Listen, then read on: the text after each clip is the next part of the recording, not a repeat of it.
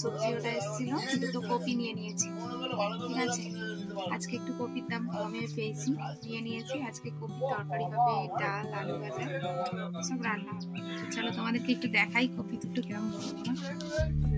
এই দেখো, দুটো কপি হচ্ছে 25 টাকায় নিয়েছে, বড় বড় কপি দুটো। আজকের ওয়েদার একদম মেঘলা মতো হয়ে আছে। ওখান থেকে চলে এসেছে, আরেকজন এসে রান্না বসিয়েছি, অর্ধেকটা মেয়ে বসিয়েছে। তো এসে দেখলাম ভাত হয়ে গেছে, আর এদিকে ডাল বসিয়েছে। ডাল হচ্ছে লাউ দিয়ে, ডাল হচ্ছে কত বড় বড় লাউ কেটেছে দেখো। ছোট ছোট কাটলে তবে তো হয়, বড় বড় লাউ। যাই হোক, লাউ দিয়ে ডাল হচ্ছে, আর এখানে হবে ফুলকপি আলুর তরকারি আর আলু ভাজা। আর এই যে তোমরা তো দেখলেই, দোকান থেকে আসার সময় দোকানে ছিলাম, তখন দুটো ফুলকপি কিনেছি আর একটা এখন তরকারি করব। আর চলো সেটা করে কেটে নিই। Hello friends, welcome back to my channel. আমার পিঙ্কি রিতুস ব্লগ চ্যানেলে তোমাদেরকে আরও একবার অনেক স্বাগত আর অনেকটা ভালোবাসা জানিয়ে নতুন একটা ব্লগ শুরু করছি। আর আমার বন্ধুরা যারা কাছে দূরে যেখান থেকে আমার এই ভিডিওটা দেখছো, আশা করছি তোমরা সবাই ভালো আছো, সুস্থ আছো, আর আমিও তোমাদের ভালোবাসা খুবই ভালো আছি। তো দেখো, কপিগুলো কেটে নিচ্ছি। আজকে তোমাদেরকে শেয়ার করব একই রান্না দুরকমভাবে আমি কিভাবে করি। এইভাবে কিন্তু আমি প্রত্যেকটা দিন রান্না করি, বুঝেছো তো বন্ধুরা? বেশিরভাগ দিনই রান্না করি। ফুলকপি আলু দিয়ে তরকারি হবে, তরকারি বলতে পারো, ঝোল বলতে পারো, যা ইচ্ছা। হাফটা হবে নিরামিষভাবে, আবার হাফটা সাইড করে রেখে মাছ ভাজা করে তার মধ্যে দেবো। মাছ দিয়ে ফুলকপি আলু দিয়ে ঝোল হবে। আর বড়ি হবে, যেটা নিরামিষ রাখবো তার মধ্যে আর কি বড়িগুলো দেওয়া হবে। তো সেটা কিভাবে করছি না করছি তোমাদেরকে একটু শেয়ার করছি, তোমরা সঙ্গে থাকো, দেখতে থাকো কেমন। তো ফুলকপি মাছ দিয়ে তো আলু ঝোল করলে আগে মাছটা ভেজে নিতে হয়, যেহেতু আমাকে নিরামিষ তরকারিটা করতে হবে। তো সেই জন্য আগে তরকারিটা বানিয়ে নিচ্ছি, তারপরে মাছটা ভাজবো, তারপরে আর কি মাছের ঝোলটা হবে। আর এদিকে দেখো, ডাল ফুটেই চলেছে। এত বড় বড় লাউ দিয়েছে, লাউগুলো আর সিদ্ধই হচ্ছে না। তা লাউগুলো সিদ্ধ করার জন্য গ্যাসটা আস্তে দিয়ে বসিয়ে রেখে দিয়েছি, ওটা ফুটেই চলেছে, সিদ্ধ হচ্ছে। আর এদিকে তোমাদের সঙ্গে কথা বলতে বলতে ফুলকপি কেটে ভাজাও করা হয়ে গেছে। এবারে আলুগুলো ভাজা করবো। চলো ফুলকপিগুলো আগে তুলে নিই ঝটঝট করে। ফুলকপিগুলো তুলে নেওয়ার পরে আলুগুলো ভাজবো, ভাজার পরে মশলাটা ওর মধ্যে দিয়ে কষিয়ে নেব। আর এদিকে একবার করে দেখছি লাউগুলো সিদ্ধ হয়েছে কিনা। এদিকে লাউ আর সিদ্ধ হচ্ছে না। হ্যাঁ, তারপরে এদিকে ফুলকপি ভাজা হয়ে গেছে, ফুলকপিগুলো তুলে নিচ্ছি। নেওয়ার পরে তেলের মধ্যে ফোড়ন দিয়ে দেবো, একটু জিরে, তেজপাতা আর লঙ্কা আর দিয়ে আলুগুলো বসিয়ে দেবো। আলু ভাজা হয়ে গেলে ওর মধ্যে মশলা দিয়ে দেবো। আর ফুলকপি আলু ঝোলের মধ্যে একটু টমেটো দেবো, একটা বড় মতো দেখে। টমেটো দিলে খুব ভালো টেস্ট হয়। টমেটো সব তরকারিতেই দেওয়া হয়, খুব ভালোই টেস্ট হয়। তো যাই হোক, এবারে মনে হচ্ছে ডালটা সিদ্ধ হয়ে গেছে। তো তারপরে একটু ফোড়ন দিয়ে দিতে হবে ডালের মধ্যে নুন, হলুদ সব দিয়ে দিয়েছি, লঙ্কা টঙ্কা সবই দিয়ে দিয়েছি, কিন্তু এবারে ফোড়নটা দিয়ে দিতে হবে ডালটা নাড়িয়ে। তো চলো এদিকে আলুটা ভাজা হোক আর এদিকে ডালটা রেডি করে নিই।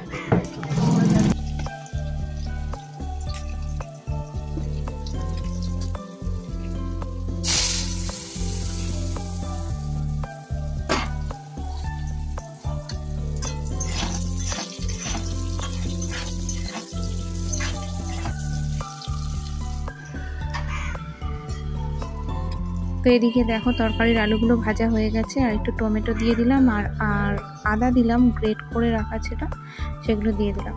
আর এই তরকারিতে আদাই দেব শুধু, আর কিছুই দেব না। আদা আর জিরে গুঁড়ো আর লঙ্কা, হলুদ। তো একটু ভালো করে মিশিয়ে নিচ্ছি, আদা দিয়ে একটু ভেজে নিচ্ছি। আর ফুলকপি ভাজার টাইমে একটু কড়াটা ধরে গিয়েছিল, এই হচ্ছে ব্যাপার। আর এদিকে দেখো 4 পিস মাছ আছে, আর একটা মাছের মাথা আছে, সেটা ফ্রিজ থেকে বের করে জলের মধ্যে ভিজিয়ে রেখেছি। এখনও বরফ কমছে না, বরফ গলছে না, এই হচ্ছে ব্যাপার। আর এদিকে দেখো, আর মশলাগুলো কষানোর জন্য একে একে সব কিছুই দিয়ে দিচ্ছি। হলুদ, জিরে গুঁড়ো, লঙ্কা গুঁড়ো, যা যা লাগে সবটা দিয়ে একটু ভালো করে নেড়ে হালকা করে একটু জল দিয়ে ভালো করে মশলাটা কষিয়ে নিতে হবে। আর তারপরে এর মধ্যে দিয়ে দিতে হবে ফুলকপি। তো ফুলকপিটা ভালো করে দিয়ে মিশিয়ে আর জল দিয়ে দিলেই আমার তরকারি রেডি তরকারির জন্য। এবারে ভালো করে যখন তরকারিটা ফুটে যাবে তারপরে আর কি ভাগ করে নিতে হবে, একটা নিরামিষের জন্য রাখা হবে আর একটা কিছুটা হবে মাছ দিয়ে ঝোল। তো তোমরা দেখতেই পেলে আমার তরকারিটা কষানো রেডি হয়ে গেছে, জল দিয়ে দিলাম। আর এদিকে দেখো মাছ ভাজা বসিয়ে দিয়েছি, আর এই যে ফুলকপি আলু সিদ্ধ হচ্ছে, মোটামুটি ঝোলটা হয়ে এসেছে। তো এবারে দেখো ফুলকপি আলুর ঝোলটা ভাগ করে নিয়েছি, ঠিক আছে। একটু বেশি ঝোল দেখে নামিয়ে রেখেছি, সেটা হচ্ছে মাছ দিয়ে হবে বলে। এই যে নিচেরটা মাছ দিয়ে হবে, আর উপরে যেটা করার মধ্যে আছে সেটা একটু শুকনো করবো, মাখা মাখা মতো হবে, আর একটু গরম মশলা দিয়ে দেওয়া হবে। আর এদিকে মাছ ভাজা হচ্ছে, মাছ ভাজাটা হয়ে গেলে এর মধ্যে তরকারিটা আর কি ঢেলে একটু ফুটিয়ে নেব, তাহলে মাছের ঝোল কমপ্লিট। আর এই দেখো মাছটা ভাজার পরে এর মধ্যে দিয়ে দিয়েছি, আর এই যে মাছের ঝোল কমপ্লিট হয়ে গেছে। ওদিকে নিরামিষ কপির আলুর তরকারিও কমপ্লিট। সকালবেলা বাড়ির সব কাজ টাজ সেরে দোকানে গিয়েছিলাম, দোকান থেকে আস্তে আস্তে দেরি হয়ে গেছে। আর এসে এবার রান্না করছি, রান্না করতে করতে দেরি, রান্না প্রায় হয়ে গেছে কমপ্লিট। এবার যাচ্ছি স্নান করতে। তো স্নান করে এসে তোমাদেরকে শেয়ার করছি কি কি রান্না করলাম না করলাম, আর এসে খাওয়া দাওয়া করবো সেটাও তোমাদেরকে শেয়ার করব। আমি আর মেয়ে খাবো, তোমাদের দাদাভাই তো গাড়ি নিয়ে বেরায় রোজ দিন, তো থাকে না জানো। এখন লাস্ট বানাচ্ছি আলু ভাজা। আলু ভাজা তো করতেই হবে, আমার মেয়ে আলু ভাজা ছাড়া খায় না, ঠিক আছে। মাছের ঝোল করেছি, নিরামিষ তরকারি দুরকম ভাবে, তারপরে লাউ দিয়ে ডাল, আর এই যে আলু ভাজা করলে লাউ হয়ে যাবে কমপ্লিট রান্না। চলো এবারে লাস্ট মেকিং দেখিয়ে দিলাম কী কী রান্না হলো। তো দেখো স্নান টান সেরে পুজো টুজো দিয়ে আমি চলে এসেছি। এসে আলুটা অর্ধেক ভেজে রেখেছিলাম, একটাই আলু, তো এখন একটু গরম করে নিলাম। এবারে ভাতটা বাড়বো। আর এদিকে মাছের ঝোল হয়েছে, ভাত, লাউ দিয়ে ডাল, তোমাদেরকে তো আগেই দেখিয়েছি, তাও আরেকবার দেখিয়ে দিলাম। আর এইটা হচ্ছে নিরামিষ কপি আলুর তরকারি গরম মশলা দিয়ে। তো চলো এবার ভাতটা বেড়ে নিই। এটা দেখো ভাতটা বেড়ে নিয়েছি, এবার খাওয়া দাওয়া করবো। আর আমি তো পরে ভয়েস দিচ্ছি, খাওয়া দাওয়ার পরে উঠে যখন ভাতটা খাওয়া দাওয়ার পরে বাসন মাজছি তখন হঠাৎ চলে এসেছে আমার ভাই। তো ওই এখান থেকে কাজ থেকে বাড়ি ফিরছিল, তো বাড়ি না গিয়ে আমাকে ফোন করলো যে দিদি বাড়ি যাচ্ছি, তোদের বাড়ি গিয়ে খাওয়া দাওয়া করবো, তারপর বাড়ি যাবো। কাজ থেকে সোজা চলে এসেছে আমাদের বাড়িতে। আর এই যে খাওয়া দাওয়া করে আর বাড়ি যাবে। খাওয়া দাওয়া করে নিয়েছে, বাড়ি যাচ্ছে। আমাদের এখানে তো ঠান্ডা সরে গেছে আবার।